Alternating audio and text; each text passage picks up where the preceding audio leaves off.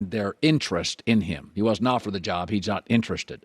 I think the headline here is actually worse than reality. Number one is the Lakers roster is old and odd. Lots of people are going to decline interest. Number two is college coaches struggle. Like the guy that came from Michigan last time went to Cleveland. 4 hours later, he was like fired. Like if I was a college coach, I would be reluctant to embrace a massive, chaotic NBA Brown. Number three is Juwan's got 2 kids playing for Michigan. Number 4, it's his alma mater. So like this would be a terrible decision by Juwan Howard to leave. And I think in most, I tend to think college basketball and the NBA, it may be dribbling a basketball. They're two totally different industries. I mean, one is, you're the big man on campus. The other one is it's a players' league. If you don't get along with players, you're done.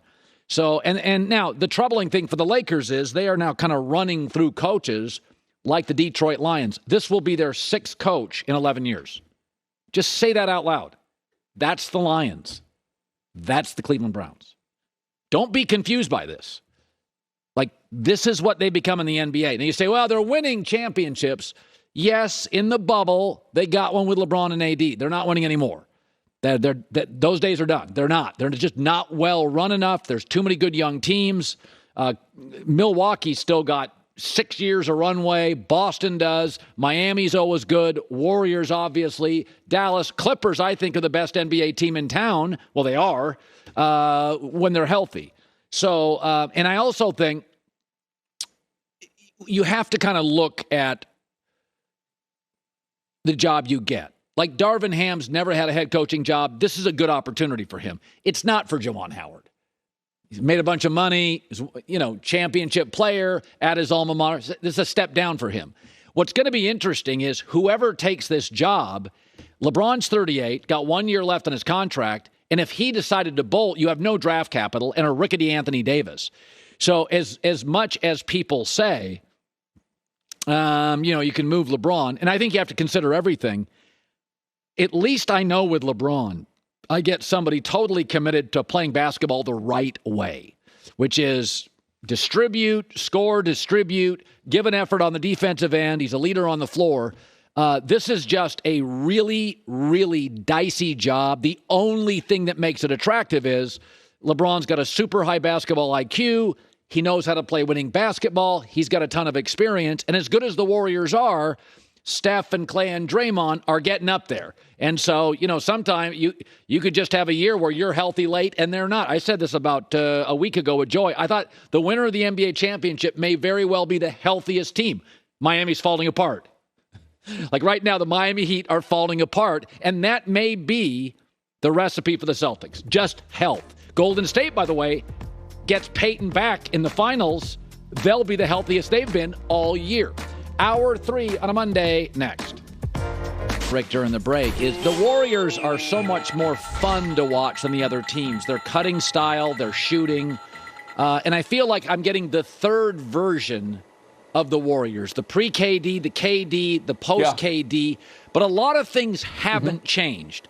Kerr's brilliance, Steph Curry's selflessness, and sort of a culture that elevates people. Like Wiggins was weird. It didn't work in Minnesota. And then you put him in here and you're like, he's willing to be like a 3. I think he's been huge in this series. And did you think it would work as well when they got him? Because this is really ideal. He gives you everything you need depending on the night you need him. Yeah. No, I did not, because Andrew has to be a willing participant as a complimentary player. You have to sell him on the idea that you are a star in Minnesota, and while you got some accolades and you got paid, you weren't winning the ultimate prize. So are you more about, I want to be a star, or are you more about, do I want to play on championship teams? And the beauty and the brilliance of the Golden State Warriors is that they will make you feel like a star at times, even though you are playing a complimentary role. If you're going to have a night, they're going to say, go have a night. That doesn't happen with every team, and it starts with Steph Curry and the way that he talks about guys and the way that he encourages them and the way that he gives them room to blossom. But it's also a function of how the Warriors play. in today's NBA, we see it with most teams. They are so star-centric. Yes. That when one of those stars goes down, when one of those stars is compromised, the whole system falls apart because it is so focused on what they do, right? Yeah. The Warriors are not like that. It's why they're able to function when Steph doesn't have a great game, or Clay, or Draymond, because they're not dependent on that one guy creating everything. Now, if I want to be sort of a cynical, I could say that's because Steph can't be that guy. He can't physically overwhelm you the way that a Kawhi Leonard or even a Luka Doncic can. But nonetheless, they've built a system that doesn't rely on a superstar player making it go, and that's what makes them so unique in today's NBA. You know, I said this earlier. I love Luka. We all do. And he's a kid. And everybody says, well, there's some Larry Bird. I get it. I see it. But Bird didn't need the ball all the time. There's also a couple disturbing things about Luka. I also see some James Harden and some Melo. He's never in great shape and gives you nothing on the defensive end. That's very mellow, and I think players over time can resent that. The second thing is his usage rate actually goes up in the playoffs. Where you need others to help you, it's more Luka-centric. And that's my thing. Yeah. You start looking at him, and I'm like, I see some Bird, but I see some Melo, and I see some Harden. Is there anything that concerns you with Luka? Sure. Absolutely, because we've set the bar so high. I mean, it's been the last 3 years that he's been the preseason favorite to win MVP. And then he comes back and he's not in great shape, or they get off to a slow start, and suddenly that goes away. And then he does something great, and it's right back to, he's taking over the league.